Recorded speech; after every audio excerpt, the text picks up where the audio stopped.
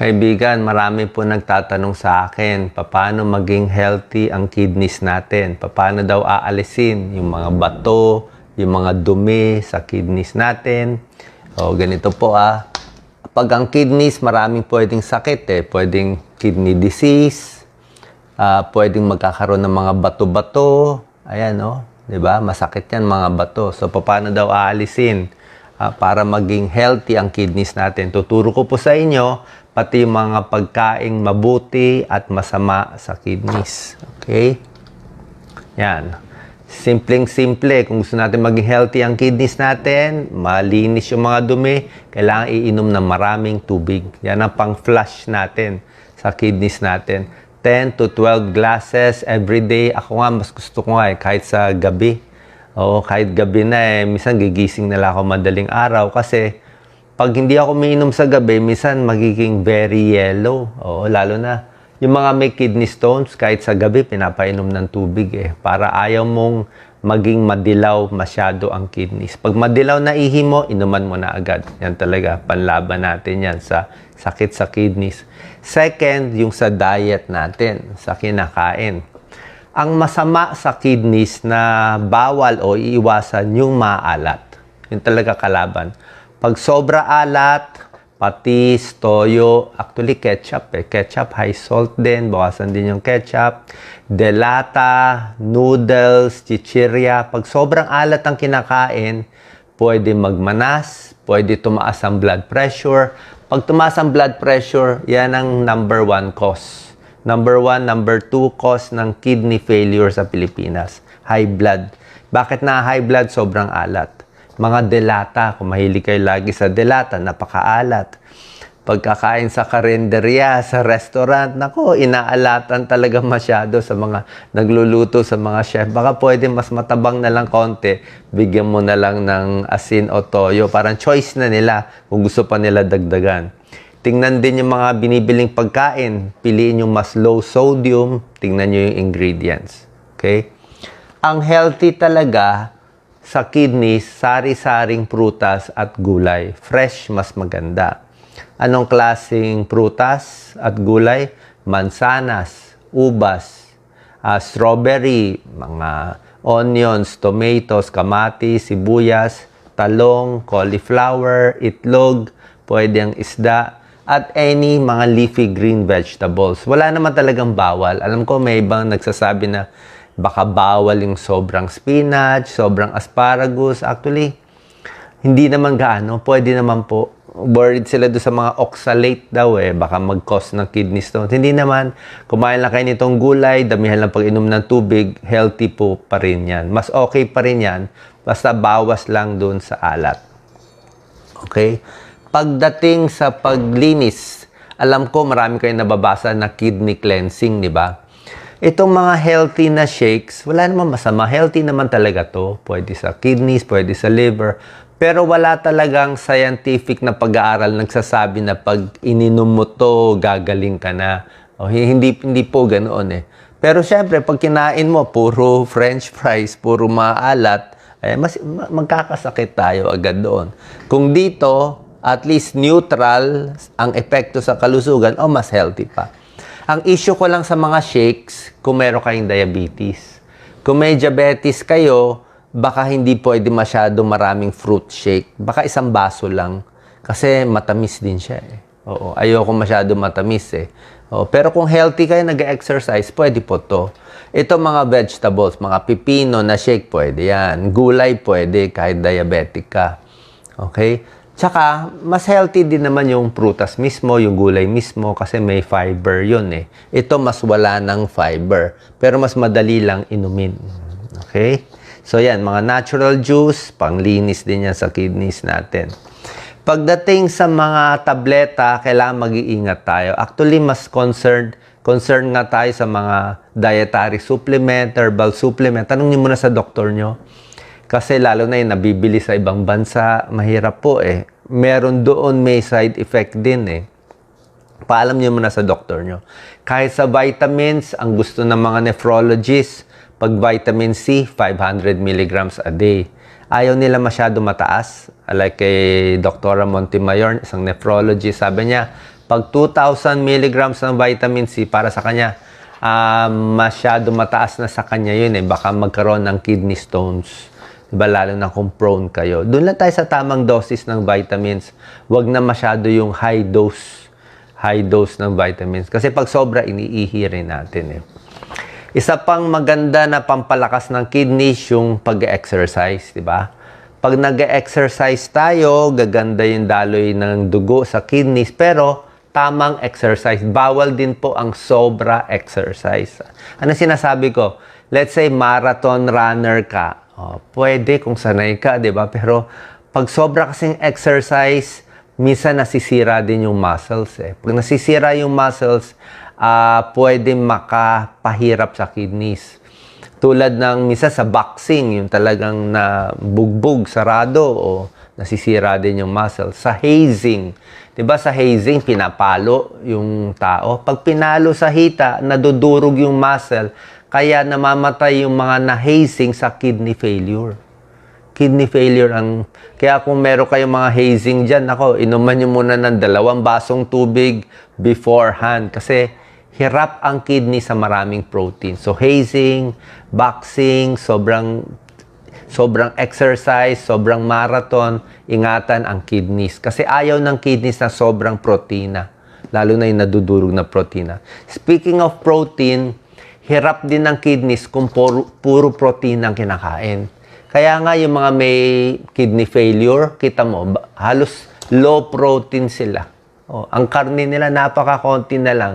Yung mga nagda-dialysis o malapit na mataas na creatinine, sasabihin sa kanila yung karne, hiwain mo na lang na maliliit-liit kasi maraming protina, hirap yung kidneys. Lalo na kung may diferensya na. Ngayon kung healthy pa kayo, pwede naman kumain ng protina. Wag lang siguro yung puro karne na lang kinain, wala nang carbohydrates, di ba? O hindi rin po maganda. Hirap yung kidney sa protein eh.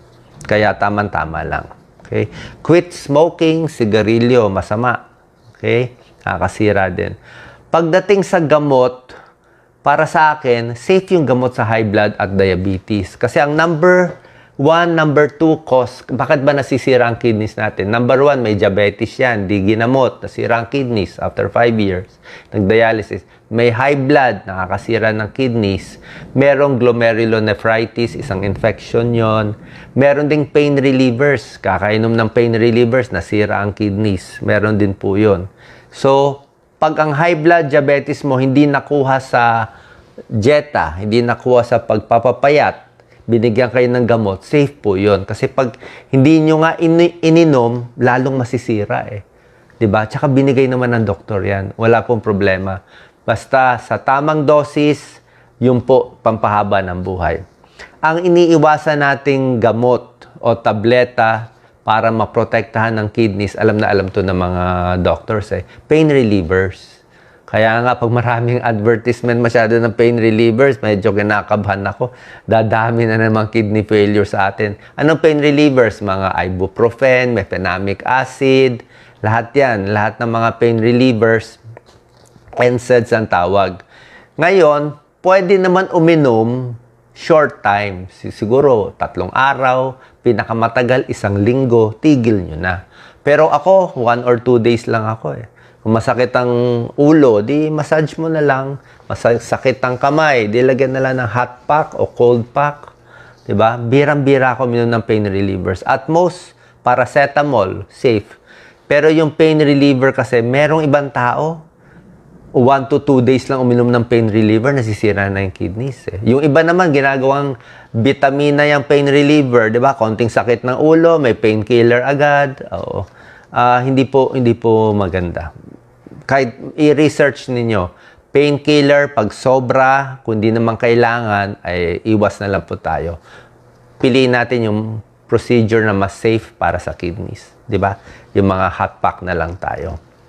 Tapos, isa pang iingatan natin sa kidneys, lalo na kung may edad na, pag pumunta po kayo sa ospital, kung mayroong mga medical procedures like angiogram, CT scan, MRI, alam ko nilalagyan ng contrast yan.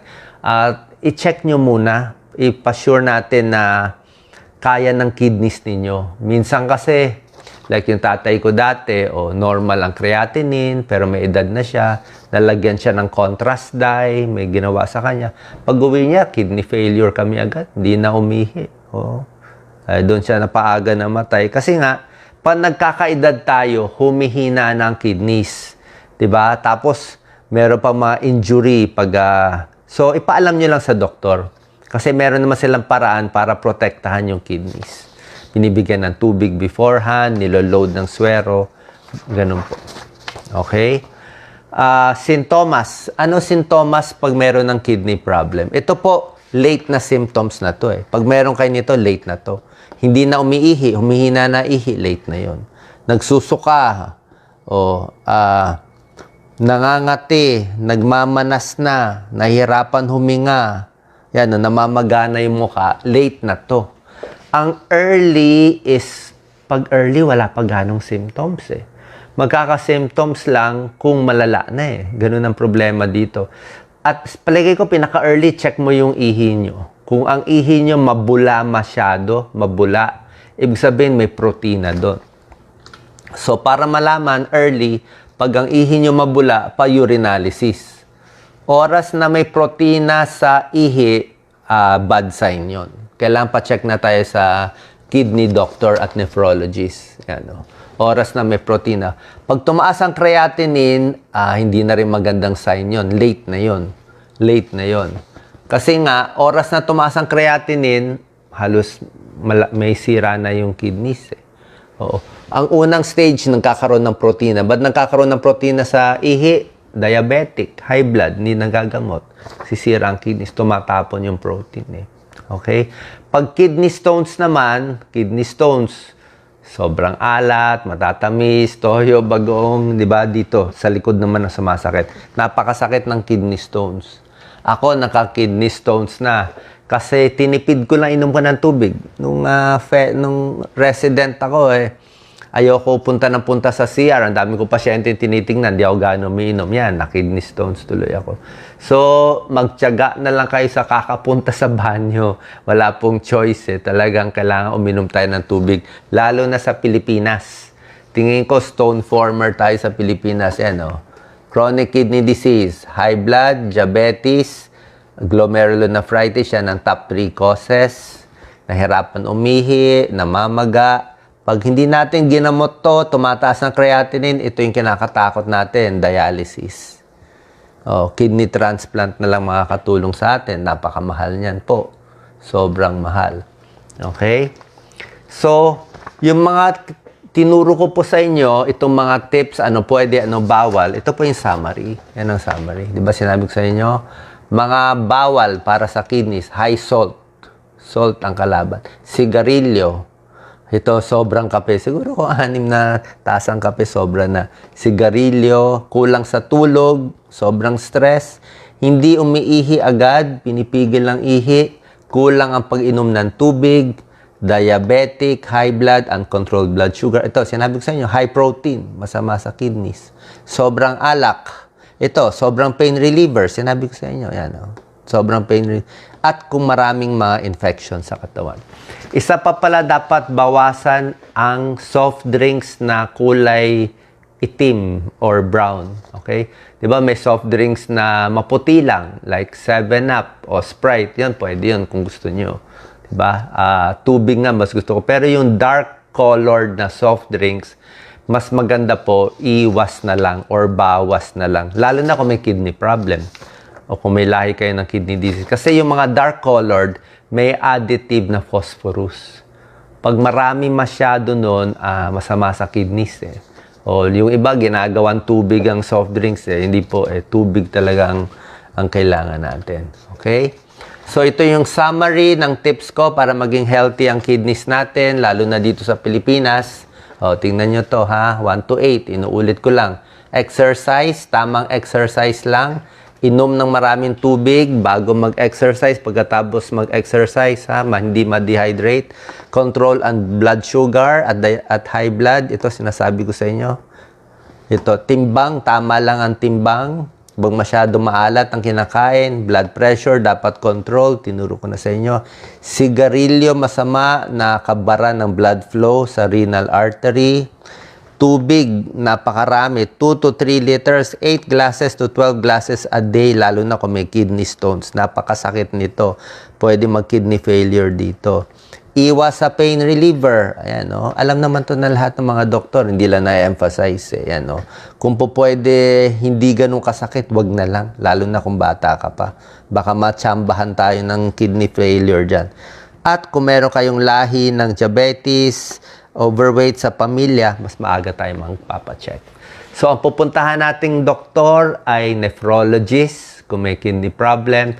Kung may kidney stone naman, urologist. Okay? Sana pa nakatulong tong video natin sa inyong kaalaman. God bless po.